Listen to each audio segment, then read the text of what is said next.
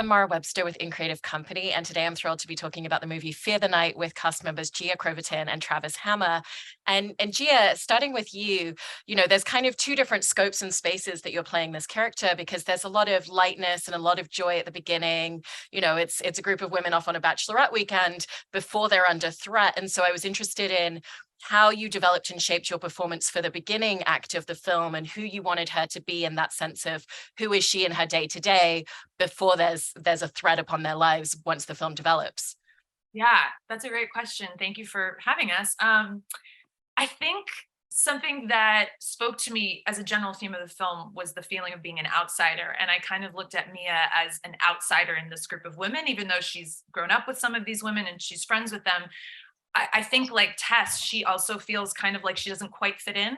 And so, I don't know, I was really called to Stevie Nicks. I was listening to a lot of Fleetwood Mac at the time.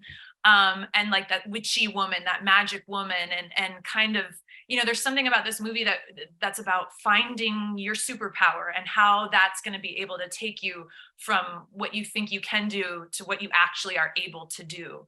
And so there was a magical element in there, which I really liked. And so I just wanted to kind of think about her, of how is she in relation to Tess? How is she in relation to the other women?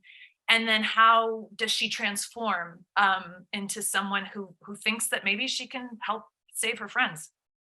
Absolutely. I love those details that went into it. And kind of similarly for you, Travis, when we first meet your character in the convenience store, he comes across immediately as someone who's very threatened when he feels like people are questioning his sense of masculinity and his sense of self. And, he's very quick to flip to a switch and to see that other side of him.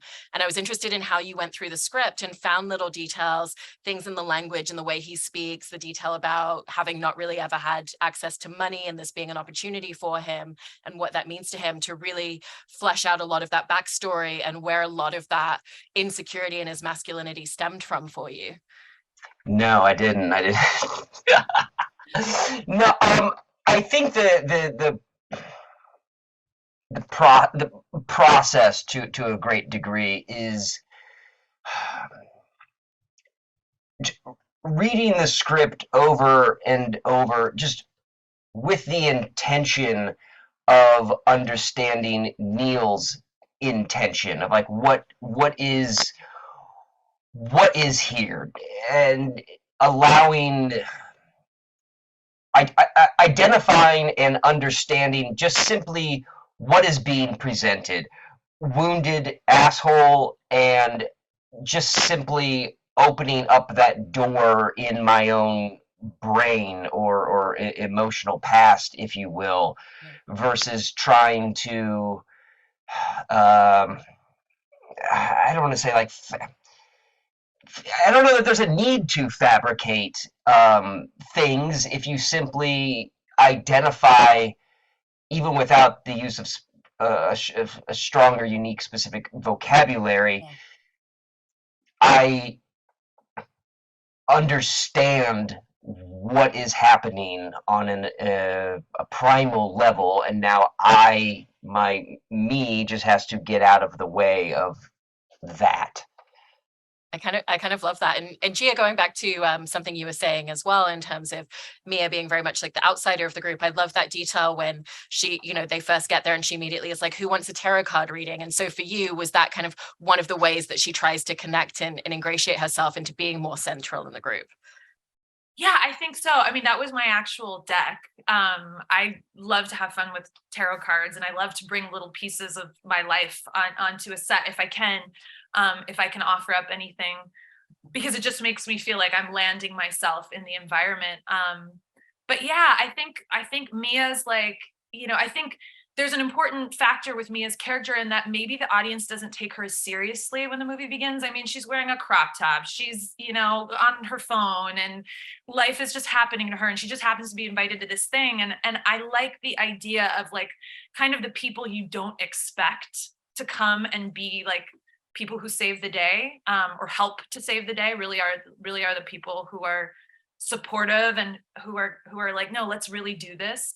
That's really appealing to me. And so I think Mia's also, if we're going to go with that tarot analogy, maybe she's like an intuitive person, and maybe she senses that the energy is off with the sisters and that this group's not really cool with this group. And, like, let's all hang, let's all be together. And luckily that's going to work with bringing people together as the story goes on.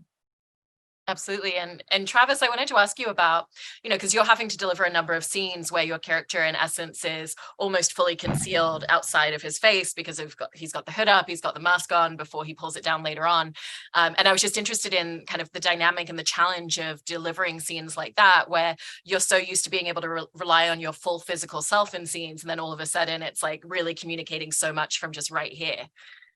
It is a little, it is strange in so much as sort of, not to go to get like too, I think this phrase works, not to get too inside baseball, but when you do read a script and you have, a giant, like a page monologue, and you do sort of, in the comfort of your home, think, oh, that's funny, or oh, that's threatening, or oh, look at that little bit of sarcasm. Oh, here's an interesting juxtaposition or a parallel point that's being made. Ah, this is like Shakespeare. But then when you, on the day, the fact is, yeah, Travis, you're outside the house and they're inside the house, so you have to yell. And it's like, yeah, it is just kind of, it's not like a real deep, intimate, portrayal or a repartee is going on, because of, it's just like, hey, fuck you, give me what I want, and hope that the little bits kind of, come through that. Also, like, look at his eyes. Travis has these gorgeous blue, almost like, it's almost startling, those gorgeous blue eyes, that it can read as terrifying. I mean, you're so lucky you have that, because it's an effective thing of like, I've never seen eyes that are that blue, and I'm also slightly dismayed right now by your appearance. I always thought they were green. They may have changed. Are they green? Stop. Well, I mean, I think they're green-ish. They're greenish blue. What color are your eyes? Only up until on my driver's license described them as green, just until like a year ago when someone was like, I think they're blue, and I was like, oh, I guess I'll click the blue box. One of life's great mysteries prevails. Yeah. And for both of you, I also wanted to, because in working on a project like this, you're always having to come under fire in such a rapid shooting schedule. And I was interested for both of you in just kind of what were some of the most helpful details or tools that you felt like Neil gave you as a writer and director of the film early on or before filming, to kind of really understand what the project was that you were coming into beyond just the script itself. So kind of things to do with like the tone of the film or details of your character that he really helped you to solidify right at the beginning or right before you went into shooting. I think you just kind of the script was really good, and so you start from there, and you have to trust the script, and then just being in that environment. I mean, we shot for 3 weeks all at night. I loved every second of it because I'm with 7 other fabulous women, and we created this little, it was like going to summer camp. It was so much fun. And when we were doing the intense stuff, we all focused, we all were like, together. And I think one of the girls had brought a tear stick. And then so we were like shooting it in each other's eyes to see like how can this help us? Like how intense can these tears be? I mean, it was super fun and it felt great. And so you kind of have to trust the process, and like, we're gonna create this thing that looks like these women are having a good time, because we genuinely were having a good time. And then when the guys come and the actual equilibrium and energetic molecules in the air shifted. I mean, when you Travis came with Phil and those guys, the set was different, and it's just there. That's what's on the page. That's the environment that you're shooting in. So you don't have to do a ton of work necessarily. But yeah, it's just like that night shoot. That's grueling. That's really hard stuff. Mm-hmm. Yeah, and the thing that I think was possibly the most helpful is Neil's willingness to play around or be a little loose, coupled with, I mean, coupled with the fact, like on just a very practical level, like I think my first scene or whatever at the house is like, yeah, I'm wearing a mask. I can say whatever I want, and they can take it from the take before and just match it up. So like I can improvise or do whatever really, knowing that my brain is going to be a little looser, knowing that the girls inside are going to be a little looser, because like, wait, what did he just say? Oh, he said that, or he said this. It's like, yeah, I might say that again, I might not. I know that we have a good clean take of me sticking to the script, and they can just pull from that track and paste it over. But it allows one's imagination to just be living in the world and try and fire off, try and find the right thing. When I'm getting in a fight with Maggie, I can say anything, really. I know we have the script, but I can also call her this name, and I consult her in this way that I just thought of right now. And Neil was okay with that, and that allows just it also allows one's self to not just be a puppet or a peg in the machine, and you can just sort of, explore and rehearse. That's so great. And Gia, for you as well, there's always something so interesting in looking at who is a character or a person in the circumstances of fight or flight in a situation like this. And so for you, what were kind of the deciding factors of how much is the emotion going to lead? How much is logic going to lead? Because there's moments where it is just kind of like raw fear for her. And then there are moments where it's like, okay, I logically understand this isn't Tess's fault because I can process that, but you're not processing everything in real time as well. Totally. Well, I for me, because I'm experiencing the story as Gia, but also as Mia, the character. And I'm looking to Maggie. And I have to say, Maggie Q is just phenomenal. She's a great leader. There's a reason she's really good at what she does, and that she's known for being this kind of badass chick. And I think, you just open yourself up to the possibility that like someone here has knowledge and experience and is willing to step up and say, I will sacrifice. Maybe I could be that. Maybe I can be brave and do that too. And so I think it's like having that openness, having that kind of like, maybe I don't have the answers and maybe I'm terrified, but I'm open and I'm willing. And I think, again, going back to the outsider thing, not feeling like I need to know everything or have it all figured out. I think that's a valuable skill to have in life. And for you, Travis, what was the difference for you? We've been talking a lot about kind of like when your character's concealing his face, but then there's moments where he essentially pulls it down and he's like, he calls it out. He's like, I'm showing you my face, which means you're all going to die. And also him having the self-confidence of, even if it's me solo against a group of women, I have the confidence that I'm going to be the one to make it out of this situation. And so what was the difference for you once he reveals himself to them? I mean, there's certainly greater freedom. Mm-hmm. Less improv. Yeah, what was that? Less improv. No, I don't even know about less improv. I mean, there's just a greater, I'm trying to think of, whatever, character shift, but at that point, and that is a nice, not to say self-referential, but that specific line of, I'm showing you my face, because there are moments in film sometimes and you're like, yeah, but that bad guy's just doing this thing and like, but in real, it's like, I am doing this thing by saying this is what I look like because I'm going to kill you and it doesn't fucking matter. It was just nice to sort of, I don't know, realize the gravity of the situation and then live in it.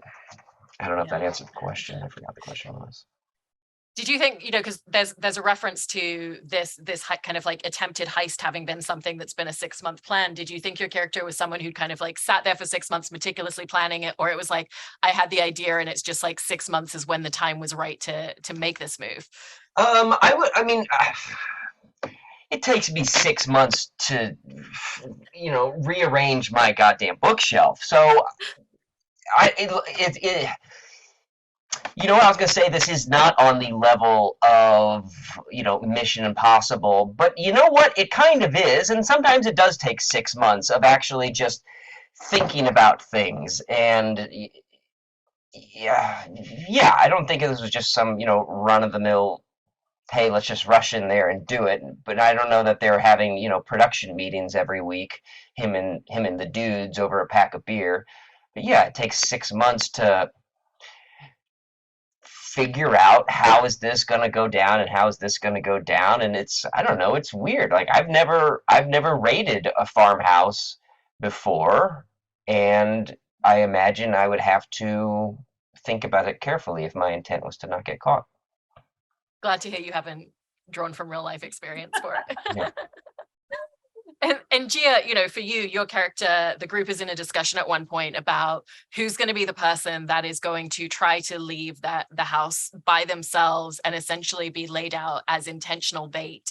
And your character is the first one to step up to the plate and be like, of course it should be me. I used to run track. And so I just wanted to ask about filming that scene and kind of like what felt important to you in that moment for your character.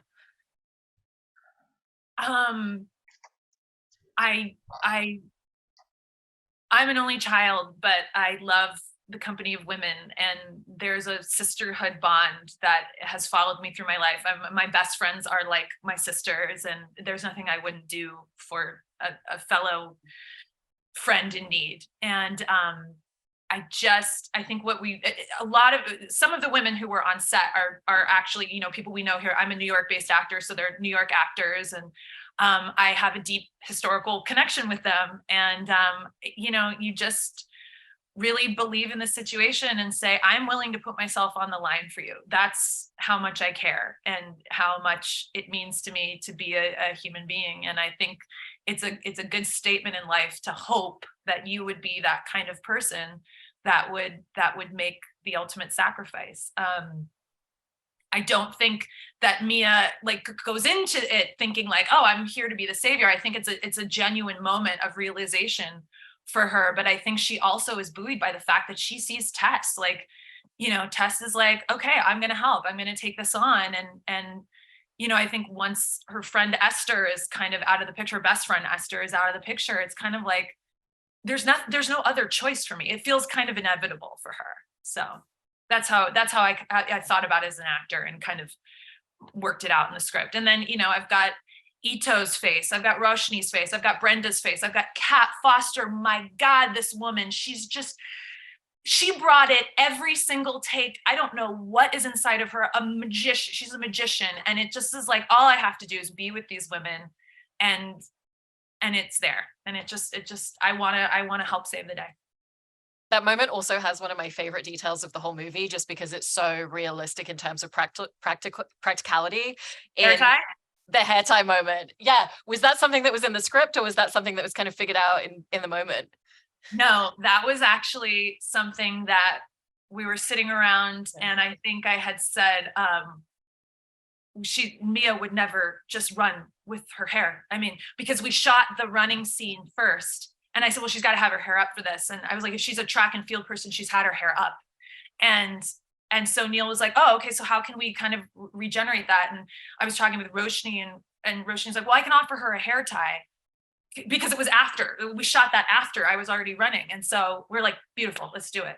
And I think that's like a really, especially this kind of like millennial thing, like, hey, do you have an extra hair tie? Do you have a tampon? Do you have a lip balm?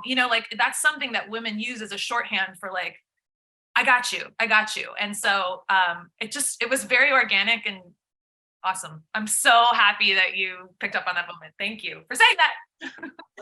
And for both of you, one of the interesting aspects at play in terms of your performances and the arc of the narrative is how short the amount of space of time is that the film actually takes place across. We have these constant denoters of time, kind of almost as chapters of the film. And so I was just interested in kind of the dynamic of shooting something where you're creating these journeys for your characters and performance, but ultimately it's really literally over the course of just that one singular night and not even a full 24 hours. I mean, thankfully, that sort of makes it, let's say, easier and more difficult, because it's not as if this is some multi-generational epic where we're going in and getting the old person makeup and like, oh yeah, this is the scene where I have the cane. But also realizing there is a dramatic narrative happening and things do happen in this condensed time. So I mean, I think the easiest thing to do is sort of just having I would say a shorthand version of the script that you could just briefly like, oh yeah, like, you know, if you had just had the script broken down in one page, you can be like, yeah, starts off there, this, that, and we're here, and it's sort of, you can quickly remind yourself of all that has gone on and what has yet to come. But also it's like I think that what's nice is we are in this finite amount of time in the film, and it's taking place over one night, and the clock is ticking, and we have to make it, you know, I think for these women, there's this thought of, we got to make it to the day, because then we can see we'll know what's going on. When it's dark, we have no idea. I mean, fear the night, it's in the title. And so the element of the ticking clock, and like, we have a certain amount of time, maybe we can outlast this. How can we survive? How can we stay through it? I think that helps with the tension, and that certainly helped us as actors, because we shot this over, you know, 3 weeks, 21 days. I can't even remember. And thankfully, I mean, I'm going to say Neil's already thought about that, whereas to a large degree, anything that we have to do in any given moment or a scene is just what we have to do in that given moment. And Neil's already figured out, like, yeah, that's going to be different from the next scene, and which will be different from the next scene, will be different from the next scene. So sort of the heavy lifting of what things may occur, I don't want to say it's like not my problem, but he's already dealt with that, and now we just have to, you know, run the route that's right here in front of us because it's clearly written. Yeah. And you both have scenes in the film with very close hand-to-hand combat with other characters, but it kind of feels very different. Like for you, Travis, you know, he's very at ease, kind of like holding a knife in his hand. You can tell he's like held a knife in his hand plenty of times before as a character, you know. And then for Mia, it's very much like this is the first time she's been in a situation like this, so it comes from a very different place. And so I was just interested in the experience and dynamic of filming those sorts of scenes and kind of like choreographing and blocking them as well.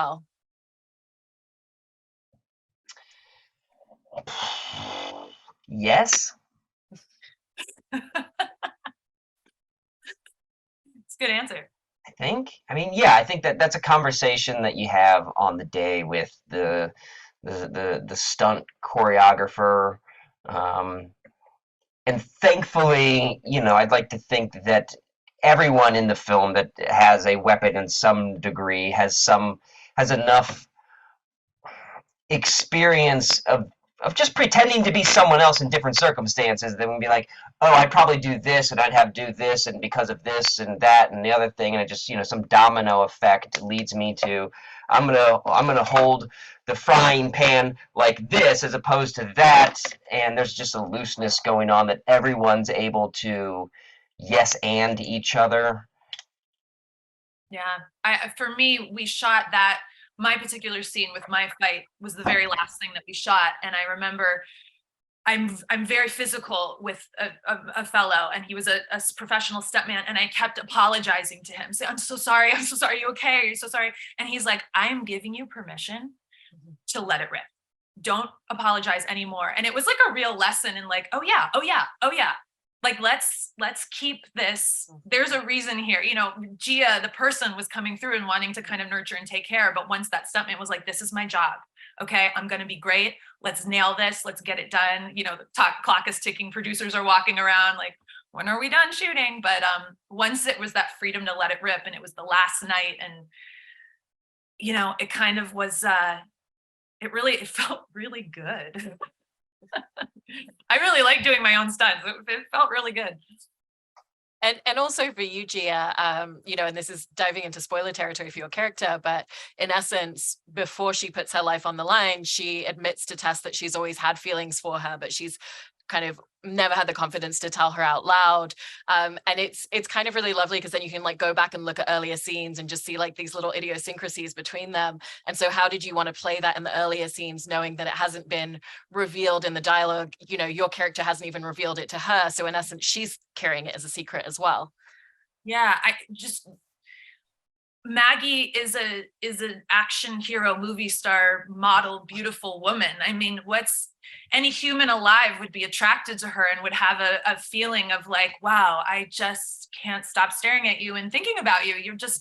You're so fascinating to me. And so there's just a natural connection there. But I think, in order to plant the seeds and kind of align Mia with, the side that prevails, or the side that comes up with the solution to get out of this terrible night, it was just really fun to have that. And we shot the very last scene of Maggie and I in the car first, so we kind of had the end, like their energy together first, and then it was like, well, let's just fill in the blanks. It felt very natural and easy, and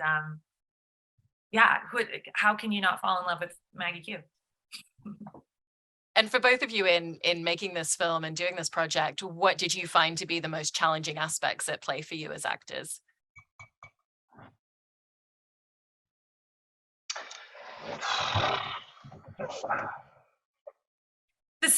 Just the actual shooting of it at night, 3 weeks of nights. We were out in the desert of California. It's hard. It's hard on a human being. It's hard on a body. Staying in that tense place, that tension, having to keep an emotional, heightened sense for that amount of time. It's really tough. But man, we had the best crew and the best, fellow actors and collaborators. I mean, even our COVID PAs were just like so supportive, and we're like, this movie is awesome. So it buoyed your spirits, even when you feel like, oh my God, it's 4 a.m. and we still have 6 pages we need to get done. And, and there's a lot of blood here. Like that was the saving grace for sure. Yeah, I'll just say yes to all of that. What she said. Well, thank you so much to both of you for talking about the film, and congratulations on everything with the movie and your performances in it, and really appreciate your time today. Cool, thanks. Thank you, Mara. I love your nails.